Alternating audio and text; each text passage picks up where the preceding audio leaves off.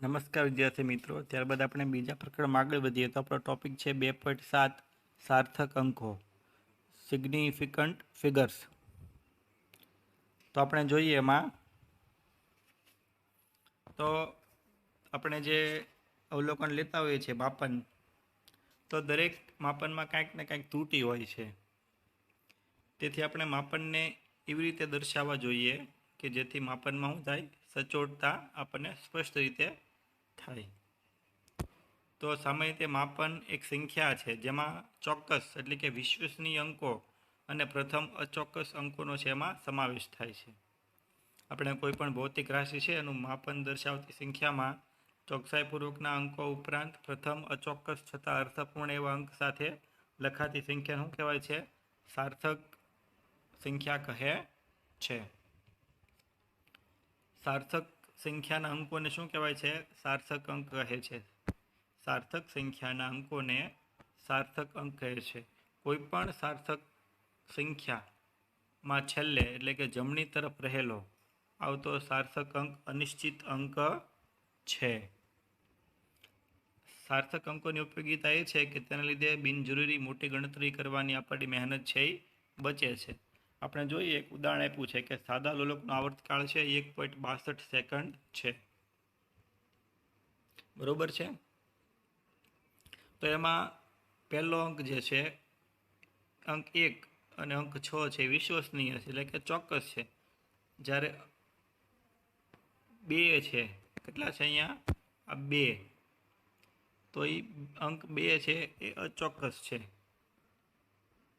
એ તમે 1.62 છે એટલે 1.61, 1.62, 1.63, 1.64 કોઈ પણ આવીએ કે ને, પણ 1 ને 6 તો એમાં રહેવાના જ છે.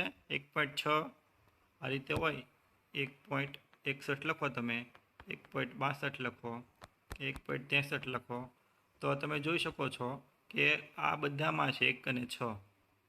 આ અંકો બદલાય, ત્યાં 1 આવ્યા, અહીંયા 2 આવ્યા, અહીંયા 3 આવ્યા, આગળ લ્યો તો 1.64 આવે તો 4 આવે, પણ આ અંકો બેયમાં છે એટલે એ ચોક્કસ છે. જ્યારે 2 અંક છે એ ચોક્કસ નથી, અચોક્કસ છે. આમ આ અવલોકનમાં 3 સાર્થક અંકો છે. કેટલા સાર્થક અંકો છે? 3. તો કયા કયા સાર્થક અંકો છે? એક 1, એક 6 અને એક 2. આ 3 શું છે? સાર્થક અંકો છે. હવે આપણે એક પદાર્થની લંબાઈ છે એનું માપન કરીએ છીએ. તો લંબાઈ આપણને કેટલી મળી છે? એ 287.5 સેન્ટીમીટર છે. તો આમાં કેટલા સાર્થક અંકો છે? 4 સાર્થક અંકો છે. ક્યાં ક્યાં?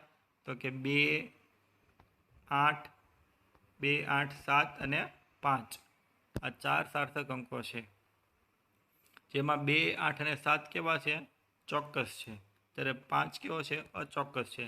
આગળ કીધું એમ 287.1 હોય, 287.2 હોય, 287.3 હોય. તો 287 એટલે 2, 8 અને 7 બધામાં છે, પણ પાછળ અંક છે એ કોઈ પણ આવી શકે એટલે અચોક્કસ છે. તો માપનની ગણતરીમાં અંતે મળતા પરિણામમાં સાર્થક અંકોથી વધુ અંક દર્શાવવા બિનજરૂરી અને ભ્રમિત છે, કારણ કે તેના લીધે માપનની સચોટતાનો ખ્યાલ આપણને સ્પષ્ટ થતો નથી. તો કોઈ માપનને જુદા જુદા એકમોમાં પરિવર્તિત કરવાથી સાર્થક અંકોની સંખ્યા છે બદલાતી નથી. ઉદાહરણ તરીકે આપણે લીધું છે, એક લંબાઈ આપી છે આપણને 2.308 સેન્ટીમીટર. તો કેટલા સાર્થક અંકો છે? એમાં 4. ક્યાં ક્યાં? તો કે 2, 3, 0 અને 8. બરાબર, આ 4 સાર્થક અંકો છે. આ સેન્ટીમીટરમાં છે, અને તમે મીટરમાં ફેરવો તો તમારે 100 વડે ભાગવું પડે. તો કેટલા થશે? 0.100 વડે ભાગો એટલે 2 પોઈન્ટ આ બાજુ ખસી જાય. તો કેટલા આવશે? 0.02308. તો પણ એમાં સાર્થક અંકો તો 4 જ છે. ક્યાં ક્યાં? આપણે આજે લીધા 2, 3, 0 અને 8. તો મિલીમીટરમાં ફેરવો તો 2 પોઈન્ટ આ બાજુ ઘસવાનું, 1 પોઈન્ટ આ બાજુ ઘસવાનું. તો કેટલા થશે? તમારે મિલીમીટરમાં લ્યો તો 23.08 થશે. કેટલા થશે? મિલીમીટરમાં લ્યો તો તમે 23.08. તો પણ સાર્થક અંકો તો ક્યાં છે? એમાં 2, 3, 0 અને 8 જ છે. માઇક્રોમીટરમાં લખો તો 23,080 એટલે 23,080 માઇક્રોમીટર. તો પણ એમાં સાર્થક અંકો તો ક્યાં ક્યાં છે? તો કે 2, 3, 0 અને 8. એમાં કોઈ ફેરફાર થતો નથી. એકમમાં તમે પરિવર્તન કરો તો સાર્થક અંકોની સંખ્યા છે બદલાતી નથી. આ દરેક માપનની સંખ્યામાં સાર્થક અંકો ક્યાં છે? તો કે 2, 3, 0 અને 8 જ છે. એટલે કે સાર્થક અંકો કેટલા છે? 4 જ છે એમાં. એટલે કે સાર્થક અંક નક્કી કરવા માટે દશાંશ ચિહ્ન કયા સ્થાને છે તેનું કોઈ જ મહત્વ નથી. દશાંશ ચિહ્ન પોઈન્ટ ગમે સ્થાને હોય એનું કોઈ મહત્વ નથી. આપણે જે અંકો હોય એનું મહત્વ છે. એટલે કેટલા સાર્થક અંકો છે? એમાં 4 સાર્થક અંકો છે. માનો કે આવી રીતે આપણું બીજું કોઈ ઉદાહરણ હોય આપણી પાસે, આપણે એક લઈએ. અહીંયા લખું છું આગળ હું કે આપણી પાસે આવી કોઈ રકમ છે 4.025. તો આમાં કેટલા સાર્થક અંકો છે? 4. ક્યાં ક્યાં સાર્થક અંકો છે? 4. તો કે 4, 0, 2 અને 5. માનો કે સેન્ટીમીટરમાં છે, બરોબર? અને મીટરમાં ફેરવું 100 વડે ભાગો તો કેટલા થશે? 0.04025. તો પણ સાર્થક અંકો તો આ જ રહેશે. ક્યાં રહેશે? 4, 0, 2 અને 5. બરોબર છે. એમાં સાર્થક અંકોમાં કોઈ ફેરફાર થશે નહીં. એમાં એના 4ના 4 સાર્થક અંકો છે એ રહેશે. હજી એક આપણે ઉદાહરણ લઈએ કે આપણી પાસે આ રીતે હોય 23.06. તો આમાં સાર્થક અંકો કેટલા છે? 4. ક્યાં ક્યાં છે? તો કે 2, 3, 0 અને 6. તમને 23.06 ન હોય અને આ રીતે હોય 2.306, બરોબર? તો પણ સાર્થક અંકો આ જ આવશે 2, 3 અને 0 અને 6. તમને આમ હોય 230.6 હોય તો પણ સાર્થક અંકો ક્યાં આવશે? 2, 3, 0 અને 6. આ બધા શું છે? સાર્થક અંકો. Okay, thank you. ત્યારબાદ આપણે આગળ જોઈએ તો આપણે જે સાર્થક અંકો વિશે વાત કરી હતી એને નક્કી કરવાના નિયમો છે કે સાર્થક અંકો આપણે કઈ રીતે નક્કી કરવા, તો એના વિશે છે આપણે આગળ વાત કરીએ. તો પહેલું છે નિયમ છે કે બધા જ શૂન્યેતર એટલે કે શૂન્ય સિવાયના અંકો સાર્થક અંકો છે. શૂન્યેતર એટલે શૂન્ય ઇતર, શૂન્ય સિવાયના અંકો કેવા છે? સાર્થક અંકો છે. પૂર્ણાંક સંખ્યા કે દશાંશ ચિહ્ન ગમે તે સ્થાને હોય તેવી સંખ્યામાં બધા જ શૂન્યેતર અંકો છે એ સાર્થક અંકો છે. અને બે શૂન્યેતર અંકોની વચ્ચે આવેલા બે શૂન્યેતર અંકો, શૂન્ય સિવાયની સંખ્યા વચ્ચે આવેલા બધા જ શૂન્ય છે એ પણ કેવા છે? સાર્થક અંકો છે. દાખલા તરીકે આપણે ઉદાહરણ આપણી પાસે એક છે, હું આપ્યું છે આપણને આ રીતે આપ્યું છે આપણને 12, પછી 3 શૂન્ય અને 7. તો વચ્ચે કેટલા શૂન્ય છે? 3 શૂન્ય છે. આગળ કેટલા છે? અહીંયા 12 છે અને આ 7 છે. સેન્ટીમીટર આપણને આપ્યું છે, બરોબર છે? તો આની અંદર સાર્થક અંકો કેટલા છે? 6, 1, 2, 0, 0, 0 અને 7. આ બધા શું છે? સાર્થક અંકો છે. વચ્ચે શૂન્ય આવે એ આપણે સાર્થક અંકોમાં લેવાના છે. વચ્ચે જે શૂન્ય આવે એ શું છે? સાર્થક અંકો છે. જો આપણે કીધું છે કે બે શૂન્યેતર અંકોની શૂન્યેતર એટલે શૂન્ય સિવાયની અંકો જે છે એની વચ્ચે આવેલા બધા જ શૂન્યાંકો એટલે કે શૂન્યો જે છે એ કેવા છે? સાર્થક અંકો છે. પછી પૂર્ણાંક સંખ્યામાં અંતિમ શૂન્યાંકો સાર્થક અંક ગણાતા નથી. દાખલા તરીકે તમને 123 મીટર છે અને તમે સેન્ટીમીટરમાં ફેરો તો 100 વડે ગુણવા પડે. આપણે મીટર એકમ મોટો છે, સેન્ટીમીટર નાનો છે એટલે ગુણવા પડે. તો 100 વડે ગુણો તો 123 ગુણ્યા 100 કેટલા થાય? તો કે 12,300 સેન્ટીમીટર. મિલીમીટરમાં ફેરો તો જે એક મીંડો આવે તો કેટલા થાય? 1,23,000 મિલીમીટર. તો આમાં સાર્થક અંકો 3 જ છે. ક્યાં છે? તો કે 1, 2 અને 3. એ 3 સાર્થક અંકો છે. બાકીના પાછળના મીંડા છે એ આપણે સાર્થક અંકમાં લેવાના નથી. કારણ કે આપણે મીટરમાંથી સેન્ટીમીટરમાં કે એકમમાં ફેરફાર કર્યો તો એમાં કાંઈ સાર્થક અંકોની સંખ્યા છે બદલાતી નથી. એક કરતાં નાની સંખ્યા એટલે કે શુદ્ધ દશાંશ અપૂર્ણાંક સંખ્યામાં દશાંશની જમણી તરફના પરંતુ પ્રથમ શૂન્યેતર અંકથી ડાબી તરફના અંકો છે એ સાર્થક અંકો નથી. દાખલા તરીકે તમને આવી રીતે ઉદાહરણ આપ્યું છે પાઠ્યપુસ્તકમાં પણ આપણી પાસે છે ઉદાહરણી તો 0.002308 તો એમાં લીટી દોરેલા શૂન્યાંકો છે એ સાર્થક અંક નથી. લીટી દોરેલા જે આગળના છે આ, બરાબર, એ સાર્થક અંકો નથી. આ સંખ્યા છે એમાં સાર્થક અંકો ક્યાં ક્યાં છે? તો કે આ 2, 3, 0 અને 8, એટલે 2, 3, 0, 8 એમ 4 સાર્થક અંકો છે. જમણી તરફના પરંતુ પ્રથમ શૂન્ય તરંગથી ડાબી તરફના પ્રથમ શૂન્ય તરંગ કયો છે? શૂન્ય સિવાયનો અંક પ્રથમ, તો કે આ 2 છે. એની ડાબી તરફ કઈ થઈ? એની આ થઈ, આ બાજુ ડાબી, એટલે એ જે 0 છે એ તો આપણે સાર્થક અંકો નથી. પછી આગળ જોઈએ આપણે,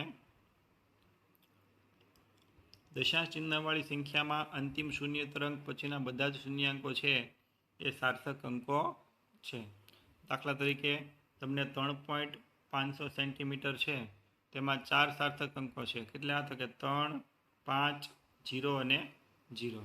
દશાંશ ચિહ્નવાળી સંખ્યા છે, એમાં અંતિમ શૂન્યતર અંક કયો છે? તો કે 5.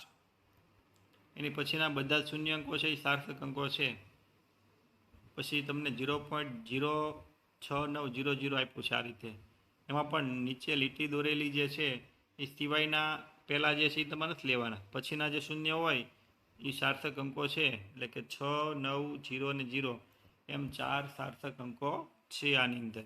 તમને આ રીતે આપ્યું હોય પછી 0.07200, બરાબર, તો તમારે એમાં આ 2 0 છે એ સાર્થક અંક નથી. બાકીના જે અહીં પોઈન્ટ હોય અથવા અહીંયા પોઈન્ટ હોય તો બાકીના જે આ છે એ સાર્થક અંકો છે. ક્યાં ક્યાં? તો કે 7, 2, 0 અને 0, બરાબર છે. જો માપનની સંખ્યામાં અંતિમ શૂન્યાંકો આપેલા હોય તો તેનો ઉદ્દેશ માપનની સચોટતા દર્શાવવાનો છે. તેથી અહીં આપેલા શૂન્યાંકો પણ કેવા છે? સાર્થક અંકો છે. આગળ જોઈએ આપણે, તો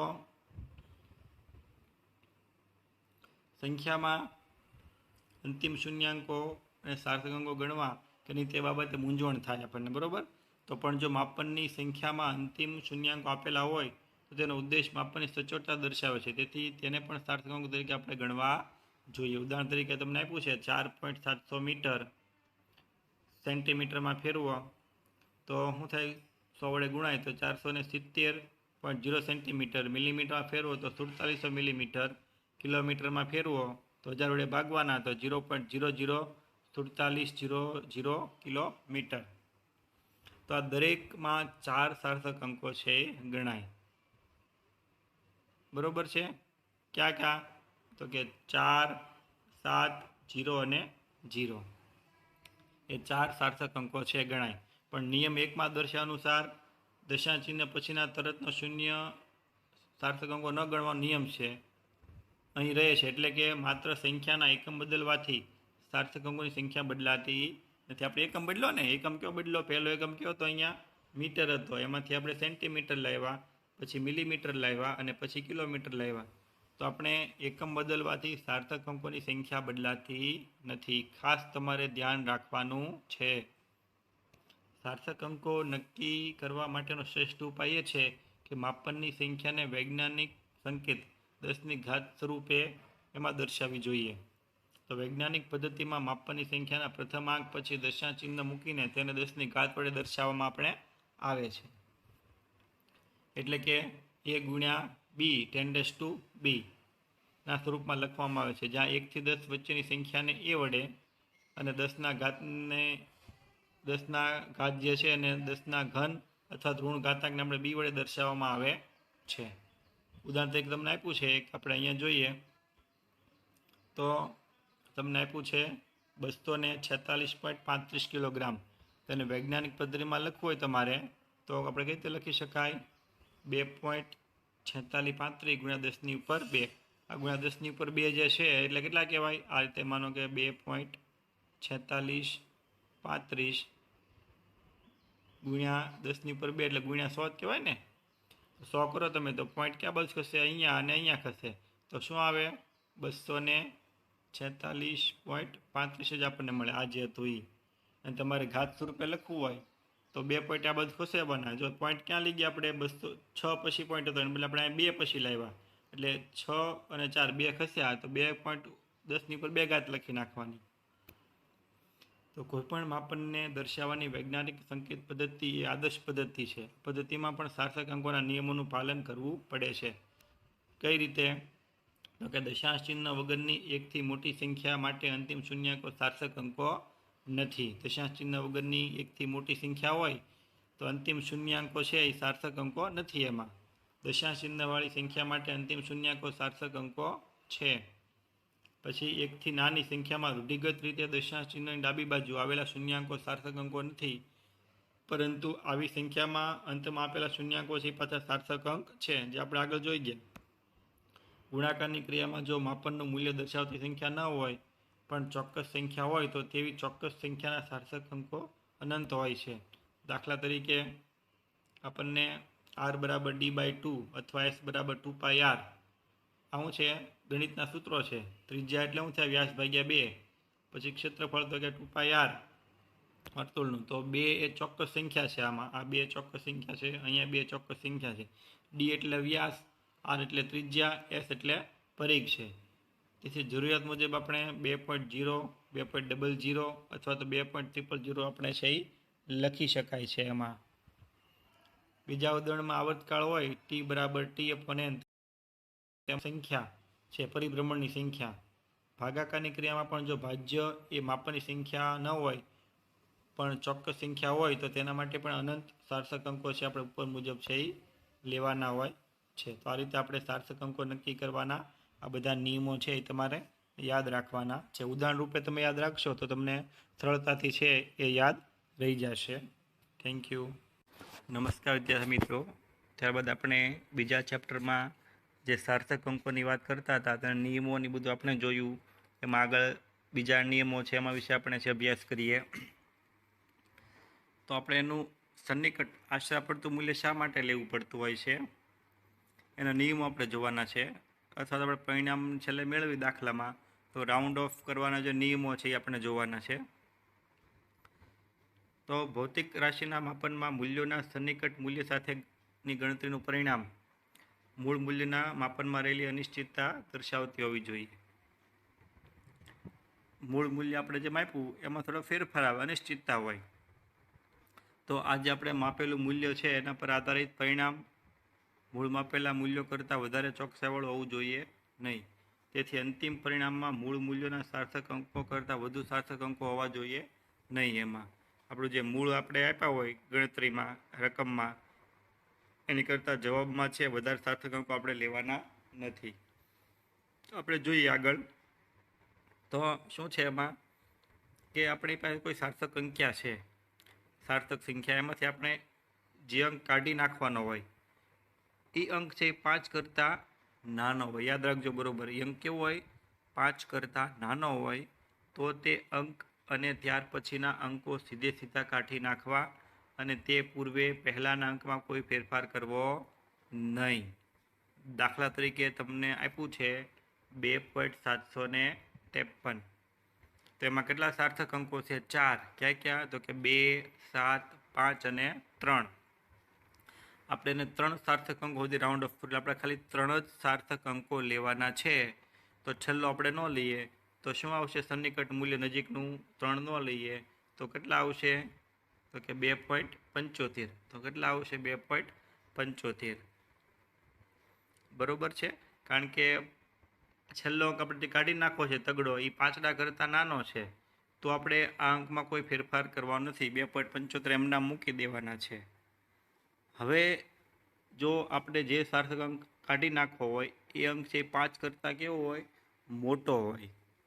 તો એની પૂર્વે એટલે કે એની આગળનો જે અંક છે એમાં આપણે એક ઉમેરવો પડે અને બાકીના અંકો છે એ કાઢી નાખવાના. ઉદાહરણ તરીકે તમને આપ્યું છે એમાં 5.876. 4 સાર્થક અંકો છે. ક્યાં ક્યાં? 5, 8, 6 અને 7. આપણે એને 3 અંકો સુધી રાઉન્ડ ઓફ કરવું છે.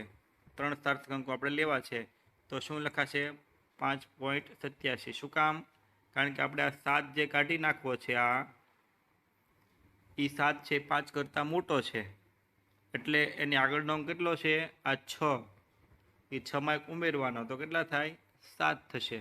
તો અહીંયા 5.8 અને 6 હતા એટલે 5.86 કેટલા થઈ છે? 6 માં 1 ઉમેરો તો 7 થઈ જાય એટલે 5.87 આપણે એને લખી શકાય. બરોબર છે? આ રીતે આપણે લખાય. હજી આપણે એને 2 અંકો સુધી રાઉન્ડ ઓફ કરવું હોય તો 5.87 તો સાતડો કાઢવો હોય તો સાતડો છે 5 કરતાં મોટો છે તો 8 માં 1 ઉમેરો તો કેટલા થશે? 5.9. તો આપણે 5.9 છે એ લખી શકાય છે. બરોબર છે?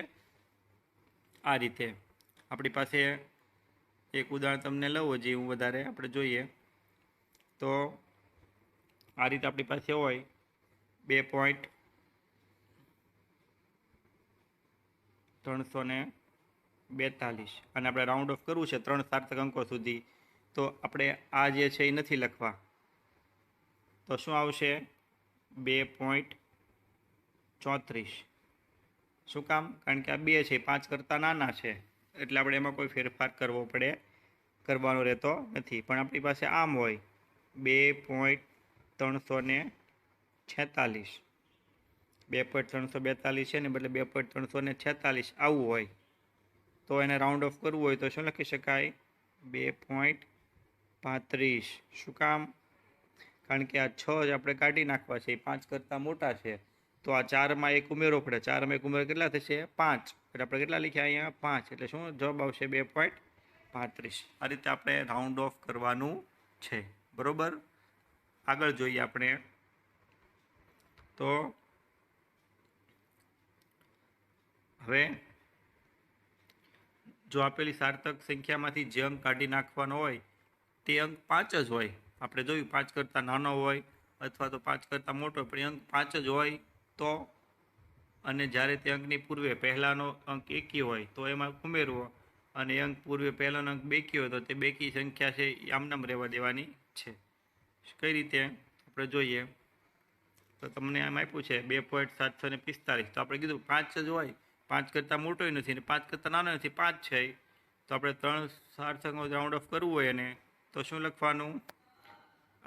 એની 5ની પહેલાં 4 છે એ બેકી સંખ્યા છે તો હું લખવાના એમાં આપણે બેકી સંખ્યા હોય તો અંક યથાવત રાખવાનો એટલે 2.74 થાય રાઉન્ડ ઓફ કરવા. પણ જો 2.735 હોય તો આ 5 તો એમ નામ કાઢી નાખવા છે. આ 3 છે એકી સંખ્યા છે એમાં એક ઉમેરવાનો તો શું થશે? 2.74 છે એ થાય. શું થશે? 2.74. વધુ ઉદાહરણ લઈએ આપણે તો કઈ રીતે આપણે સમજાવી શકાય એને કે આપણી પાસે માનો કે એક રકમ છે 4.235 એટલે કે 4.235 છે એને આપણે 3 સાર્થક અંકો સુધી રાઉન્ડ ઓફ કરવું છે તો હું લખી શકાશે 4. હવે તમે જોઈ શકો છો આ 5 છે એની પહેલાં 3 છે એ કેવા છે? એકી સંખ્યા છે. 3માં આપણે એક ઉમેરવાનું તો શું થશે? 4.24.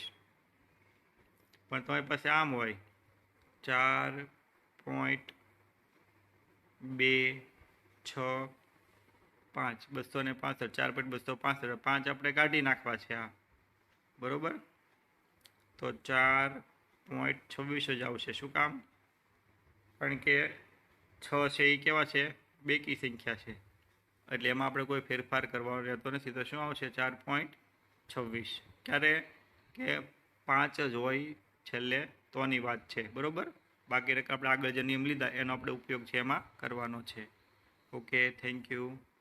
ત્યારબાદ આપણે આગળ વધીએ એમાં સાર્થક સંખ્યાની ગણિતીય પ્રક્રિયા માટેના નિયમો આપણે જે વાત કરતા હતા એમાં જોઈએ આગળ આપણે 2.7.1 આપણો ટોપિક છે પાઠ્યપુસ્તકનો 29 નંબરના પેજ ઉપરનો rules of arithmetic operation with significant figures. તો સાર્થક સંખ્યામાં જેમ સાર્થક અંકોની સંખ્યા વધુ હોય તેમ આપણી ચોકસાઈ છે એ વધુ એમાં હોય. તો ભૌતિક રાશિના માપનો પરથી ગાણિતીય પ્રક્રિયા જેવી કે સરવાળા છે, બાદબાકી છે, ગુણાકાર છે, ભાગાકાર છે એ આપણે કરીએ તો પરિણામમાં વધુ સાર્થક અંકો હોવાની શક્યતા રહી. તેનો અર્થ એ થાય કે પરિણામની ચોકસાઈ છે એ મૂળ માપનોની ચોકસાઈ કરતાં ઘણી જ વધારે જે હોઈ શકે નહીં. કોઈપણ ગણતરીના પરિણામને એટલી સચોટતાથી દર્શાવવું જોઈએ કે જે ઇનપુટ માપનમાં મૂલ્યોની સચોટતા સાથે સુસંગત હોય એની સાથે મળતું આવે એવું હોય. ઉદાહરણ તરીકે આપણને આપ્યું છે એમાં પાઠ્યપુસ્તકમાં પણ છે કે ઘનતા આપણે કોઈ પદાર્થનું દળ છે એમ બરાબર 4.237 ગ્રામ છે અને કદ છે એનું 2.52 સેન્ટીમીટર ઘન. તો ઘનતા એટલે શું થાય? દળના છેદમાં કદ m/v. તો બેનો ભાગાકાર કરવાનો એટલે કે 4.237 એને ભાગ્યા 2.51. તમે કેલ્ક્યુલેટરની મદદથી કરજો એમાં કેલ્સીમાં, તો તમને આવો જ જવાબ મળશે. બરાબર, 1.68 80 47 80 ગ્રામ પ્રતિ સેન્ટીમીટર ઘન. એટલા બધા આંકડા આવ્યા. તો આટલો મૂલ્ય સચોટતા એ સારી છે, પણ આપણને એમ લાગે એટલા બધા આંકડા લખવાની આપણે કાંઈ જરૂર રહેતી નથી, અસંગત છે એ. તેથી આપણે આપેલી માપવાની સંખ્યાના પૈકીના લઘુત્તમ સાર્થક અંકો સુધી રાઉન્ડ ઓફ આપણે કરવું પડે. તો તમે જોઈ શકો લઘુત્તમ સાર્થક અંકો કેટલા છે આમાં? તો કે ઘનમાં છે કેટલા સાર્થક અંકો છે? 3, 2, 5 અને 2. તો આપણે 3 અંકો સુધી એને રાઉન્ડ ઓફ કરવું પડે. તો શું આવશે અહીંયા? તમે જોઈ શકો છો કે આપણે 3 અંકો એટલે 1, 2 ને 3 લેવાના. તો અહીંયા 8 છે 5 કરતાં મોટા છે, તો આગળના 8માં એક ઉમેર કેટલા થશે? 9 થશે. તો શું આવશે જવાબ? આપણે 1.69 જવાબ આવશે. ઘનતા કેટલી મળશે? 1.69 ગ્રામ પ્રતિ સેન્ટીમીટર ઘન લખી શકાય, જે આપણે સારી રીતે લખી શકીએ. ઓલા આટલા બધા અંકો આપણે લખવાના રહેતા નથી. આપણે શું લખવાનું છે? 1.69. Okay, thank you. નમસ્કાર વિદ્યાર્થી મિત્રો. ત્યારબાદ આપણે આગળ વધીએ. 2.7.1 ટોપિક છે, એમાં સાર્થક સંખ્યાની ગાણિતીય પ્રક્રિયા માટેના નિયમો. તેમાં આપણે સરવાળા અને બાદબાકી કરતી વખતે કયા મુદ્દા ધ્યાનમાં લેવા જોઈએ એ આપણે જોઈએ. તો સાર્થક સંખ્યાના સરવાળા બાદબાકી કરતી વખતે આપણે એના જે પૂર્ણાંક સંખ્યા હોય એમાં સાર્થક સંખ્યા છે એ, તો એના આપણે સરવાળા બાદબાકી સામાન્ય સરળ બાદબાકી છે એ રીતે જ થાય છે. તો માનો કે આપણે a બરાબર 25 ગ્રામ છે, b બરાબર 2 ગ્રામ છે, તો બેનો સરવાળો કરવો છે તો શું મળશે આપણને? 25 + 2 એટલે 27 ગ્રામ. બાદબાકી તો 25 - 2 એટલે 23 ગ્રામ. પણ જો સાર્થક સંખ્યામાંથી જે સંખ્યામાં દશાંશચિહ્ન પછી જેટલા લઘુત્તમ સાર્થક અંકો હોય તેટલા જ સાર્થક અંકો આપણે સરવાળા બાદબાકીથી મળતા પરિણામમાં દશાંશચિહ્ન પછી લેવા જોઈએ. તેના માટે આપણને પાઠ્યપુસ્તકમાં આપેલું છે પેજ નંબર 29 ઉપર બીજો ટોપિક જે છે એ સરવાળા બાદબાકીવાળો. તો આપણને આપ્યું છે એ મુજબ આપણે સરવાળો કરીએ એનો. તો અહીંયા નીચે છે હું લખું છું, પછી આપણે આગળ અહીંયા પાછા પેજ ઉપર આવશું, આપણે જોઈએ. તો આપણને આપેલું છે પાઠ્યપુસ્તકમાં 436.32 ગ્રામ. 436.32.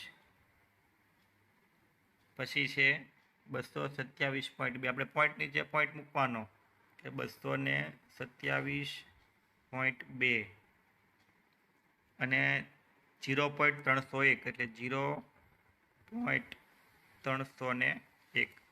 તો આપણે સરવાળો છે એ કરવો છે. તો કાંઈ નથી, પાછળ આપણે 0 બધે મૂકી શકાય. 0 અહીંયા, 0 આ, 0 આગળ, 0 અહીંયા. તમે સરવાળો કરો તો શું આવશે? આ 0 0 અને 1 એટલે 1, 2 0 0 એટલે 2, 3 ને 2 5 ને 3 8. પોઈન્ટના પોઈન્ટ અહીંયા 6 ને 7 એરિયો તગડો વધી એની 1, 3 ને 2 5 અને 1 6 અને 4 ને 2 6. એટલે કેટલા મળ્યા આપણને? 663.821 ગ્રામ આપણને મળ્યા, જે આપણને આપેલું છે. બરાબર. તો આપણે આગળ વધીએ આપણા થિયરીમાં. તો અહીંયા તમે જુઓ કેટલા છે આ? 663.821 ગ્રામ. પણ આપણને આ જે રકમ આપી એમાં એક રકમ એવી છે અહીંયા કે પોઈન્ટ પછી એમાં 2 જ આંકડા છે. અહીંયા પોઈન્ટ પછી 2 આંકડા છે, અહીંયા પોઈન્ટ પછી 3 આંકડા છે, અહીંયા પોઈન્ટ પછી એક જ આંકડો છે. કેટલો છે? 2. તો આપણે જે જવાબ આવ્યો સરવાળોનો જવાબ, એમાં પણ આપણે એક જ અંક છે એ હોવો જોઈએ. તો આપણે 663.821 છે એમાં દશાંશચિહ્ન પછી એક સ્થાન રાઉન્ડ ઓફ કરવું હોય તો આ 1 અને આ 2 છે એ નીકળી જાય તો શું આવશે? ખાલી 8 આવશે. તો 663.8 ગ્રામ આપણને મળે. હવે આપણે તફાવત લેવો છે. તો તફાવતમાં પણ નવું આપ્યું છે 0.307 અને 0.304. તો 7માંથી 4 જાય તો 3, 0 ના 0, 0માં 0 જાય, 3માંથી 3 જાય તો 0. તો હું આવ્યું આપણને 0.003 મીટર આવ્યું. વૈજ્ઞાનિક સ્વરૂપે લખવું હોય આપણે પદ્ધતિમાં તો આપણી પાસે આ છે 0.003 છે. તો પોઈન્ટ પછી 1 2 ને 3 આંકડા છે, તો 3 તો આપણે લેવાના છે અહીંયા 3 ગુણ્યા 10 3 આંકડા છે એટલે 10⁻³ 3 પોઈન્ટ આપણે આ બાજુ આવ્યા તો ઉપર માઇનસ આવે 3 ગુણ્યા 10⁻³ મીટર છે એ લખાય, પણ 3.00 10⁻³ મીટર છે એ લખાય નહીં. ગુણાકાર અને ભાગાકારનો નિયમ માપનની સચોટતા યોગ્ય રીતે વ્યક્ત કરતો નથી. સરવાળા અને બાદબાકીના નિયમ છે દશાંશોના પદમાં આપણને દર્શાવેલા છે. Okay, thank you. નમસ્કાર વિદ્યાર્થી મિત્રો. ત્યારબાદ આપણે સરવાળા બાદબાકી જોયા. સાર્થક અંકોમાં નિયમો જે છે સરવાળા બાદબાકી એવી રીતે ગુણાકાર ભાગાકારના પણ છે. આપણને પાઠ્યપુસ્તકમાં આપ્યા નથી, આપણે જોઈએ આ રીતે આપણે એમાં લઈ શકાય કે આપણી પાસે ધારો કે તકતીની પહોળાઈ જે છે એ 1.567 સેન્ટીમીટર છે, લંબાઈ છે 10.4 સેન્ટીમીટર છે. તો ક્ષેત્રફળ શું થાય? ક્ષેત્રફળ લંબાઈ ગુણ્યા પહોળાઈ, એટલે આ બેનો કરવાનો આપણે ગુણાકાર કરવાનો, તો તમને આવો જવાબ મળશે. કેલ્ક્યુલેટરમાંથી કરવાનો તો 16.2968 સેન્ટીમીટર સ્ક્વેર આપણને મળશે. તો આપણે કોઈ સંખ્યા છે એનો અચોક્કસ સંખ્યા સાથે ગુણાકાર કે ભાગાકાર પણ અચોક્કસ હોય છે, તેથી તેના પરિણામમાં પણ ફક્ત એક જ અચોક્કસ અંક રહેવો જોઈએ. સાર્થક સંખ્યાઓના ગુણાકાર કે ભાગાકારથી મળતી પરિણામમાં એટલા સાર્થક અંકો રાખવા જોઈએ જેટલા મૂળ સંખ્યા પૈકી જે સંખ્યામાં લઘુત્તમ સાર્થક અંકો હોય. તો આપણને તમે જોઈ શકો આ બેનો આપણે ગુણાકાર કર્યો હમણાં, તો આપણને જવાબ આવો આવ્યો, બરાબર, 16.2968. પણ તમે જોઈ શકો કે આમાં ઓછામાં ઓછા સાર્થક અંકો શેમાં છે? તો કે આમાં કેટલા છે? 3 છે, 1, 0 અને 4. આમાં 4 છે, 1, 5, 6, 7. તો આપણે એને આ 10.4માં 3 સાર્થક અંકો છે, તો આપણે 3 સાર્થક અંકો સુધી જ પરિણામને રાઉન્ડ ઓફ કરવું પડે. તો આપણી પાસે અહીંયા કેટલા આવ્યા? 16.2968 છે. તો 3 લેવા એટલે આપણે આ 3 લેવાના છે. તો તમે જોઈ શકો છો કે આ નીકળી જાય, આ નીકળી જાય. આ તમે જે કાઢો 9 એ 5 કરતાં મોટા છે, તો આ બેમાં એક ઉમેરાય તો કેટલા આવશે? 16.3. તો તમે જો આપ્યા જવાબ શું આવે? ક્ષેત્રફળ 16.3 સેન્ટીમીટર સ્ક્વેર આપણને મળે. હવે આવી રીતે ભાગાકારમાં લેવું હોય આપણે, તો આપણને કોઈ વસ્તુ દળ આપ્યું છે 8.254 ગ્રામ અને કદ આપ્યું છે 2.68 સેન્ટીમીટર ઘન. તો ભાગાકાર કરો તો કેટલા મળે આપણને? આટલી મોટી રકમ મળશે, 3.07985074626 ગ્રામ પ્રતિ સેન્ટીમીટર ઘન. પણ તમે જોઈ શકો અહીંયા 3 સાર્થક અંકો છે, 2, 6 અને 8. તો આપણે 3 સુધી રાઉન્ડ ઓફ કરો તમે તો શું આવશે? આમાં આ બધા અંકો જે છે એ નીકળી જાય, આ જેટલા છે એ બધા. અહીંયા આપણે છેલ્લે શું કાઢવાનું છે? 7. એની આગળ શું છે?